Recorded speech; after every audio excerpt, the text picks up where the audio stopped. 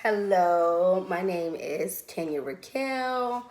Welcome to my YouTube channel. This is one of the topics that I normally don't hit, but I've been getting a lot of questions, especially pertaining to relationship wise. So there was a question about in a relationship, if you're going with someone and they're, I guess you're in a like a maybe a 4 or 5, maybe even 2 year mark with each other.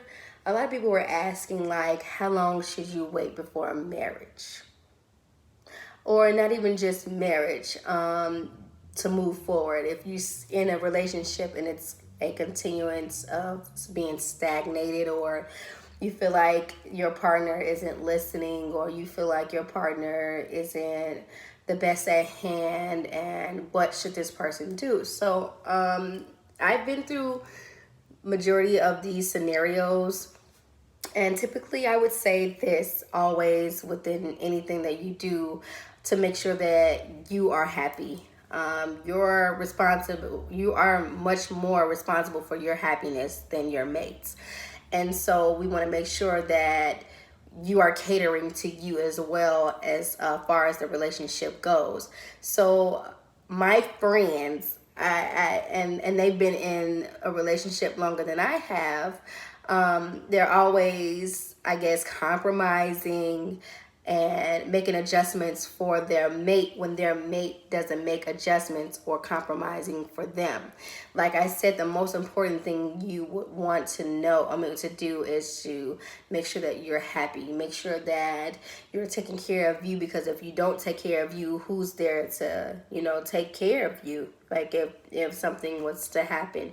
And we all have to be mentally stable. We have to be open and ready, but not vulnerable, if that makes any sense. And making yourself, I guess, helpful, but you don't want to give too much of you to that individual. I would say ask a question.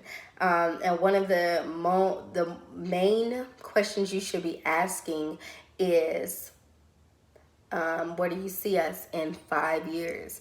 Where do you see us in 10 years? Not saying you as an individual, because you're in a relationship, a partnership. So you ask, where do you see us?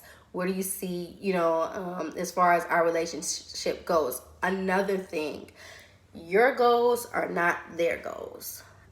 You can be as a supportive mate. And okay, so an example, say your mate is into real estate and they're trying to build a real estate empire. What you want to do is, like, I would say, like, if you see a magazine based off of real estate, or you're watching the market, giving them information as far as pertaining to being a realtor, or having a real estate empire. You want to give them as much as information as possible, but this allows your mate to know that you are paying attention, that you're being attentive, that you are, not saying primarily interested, but you're being supportive. And it doesn't take much. And also, in a relationship, it's not always about you. It's not always about you. And one more thing I would like to put in this is, not to weigh in or make rash decisions based off of your feelings. A lot of people and a lot of couples, they fail because they make rash decisions, which means like an expedited decision based off of how they feel in that moment, and not really taking the situation and dissecting it to make it, to make it work, or to be understanding in that moment. Sometimes we don't know when to shut up. Sometimes we don't know when to speak, but it takes a lot with the relationship, because you're no longer just dealing with an individual. You're dealing with two individuals who are coming as one. And one of my favorite scriptures is Amos chapter 3 verse 3. It says, how can two walk together except they be in agreement? And so what that means is, you guys are in an agreement. You can always agree to disagree, but it doesn't make it an argument. And walking together in agreement just basically means that you guys are basically on the same page. But I would say this: don't stress yourself out about a certain situation. And if you're having troubles, I guess, understanding something, it's always okay to go and talk to a therapist or try to get some counseling between you and your significant other to try to better the situation before, you guys walk away or whatever your decision is. Not saying that that is the ultimate goal, but a lot of times, sometimes, like I said, we make decisions based off of the rash decisions off of our emotions, and our emotions sometimes could get in the way and cause us to make these decisions, and then ultimately leaving us to regret the decision that we made. You don't want to say hurtful things out of your mouth. You don't want to even have any type of doubt about this individual, but just make sure that you guys are on the right page.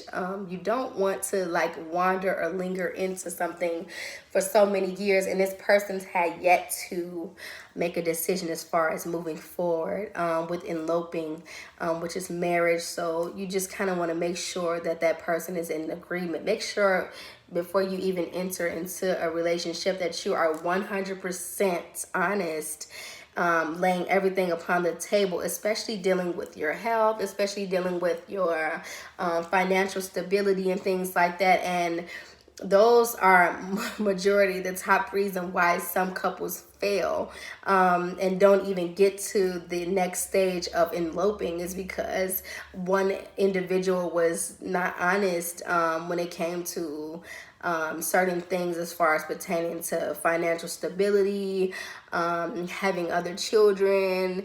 It's so much stuff that goes on with people, but the most and very important part is to be honest. It's not as hard as it looks, but people who lie always have something to hide, and remember that that is the key thing. Somebody that continuously lies has something to hide, so you want to be aware of that. Not saying go and snoop around and things like that. I feel like if a person isn't open enough to, we're all adults, isn't open enough to discuss these things, then they're not ready to be in any type of relationship, regardless as to who this person is, what type of seniority ship, what type of clout or whatever they have. If you're not a person that can be honest, I don't think that you should even put yourself in situations where you have to be honest. Life is about, making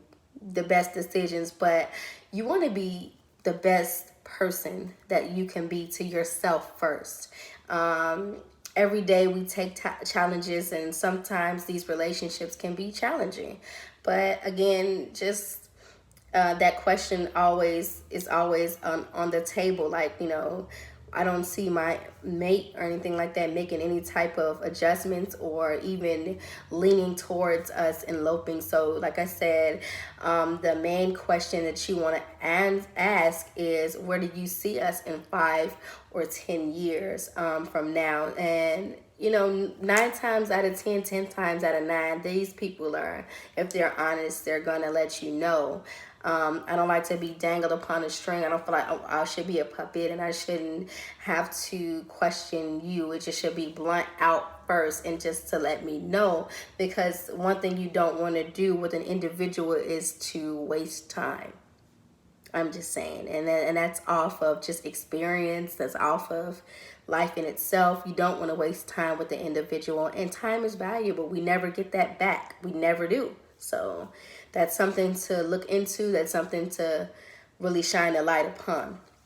That's all I have for today, and I really hope that you guys are enjoying yourselves, making the best part of you, making you the best person, being the best you that you can ever be.